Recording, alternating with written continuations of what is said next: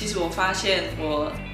越来越喜欢台湾，完全不一样的、很漂亮的地方。比如说去了兰屿啊，或者是台东，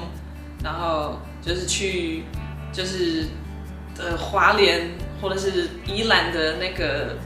很漂亮的温泉。就是台湾什么都有，小小的国家有温泉、有山、有海、有海边，然后可以做各种各样的活动，可以爬山，可以冲浪，可以浮潜，可以就是你想到的都可以做。那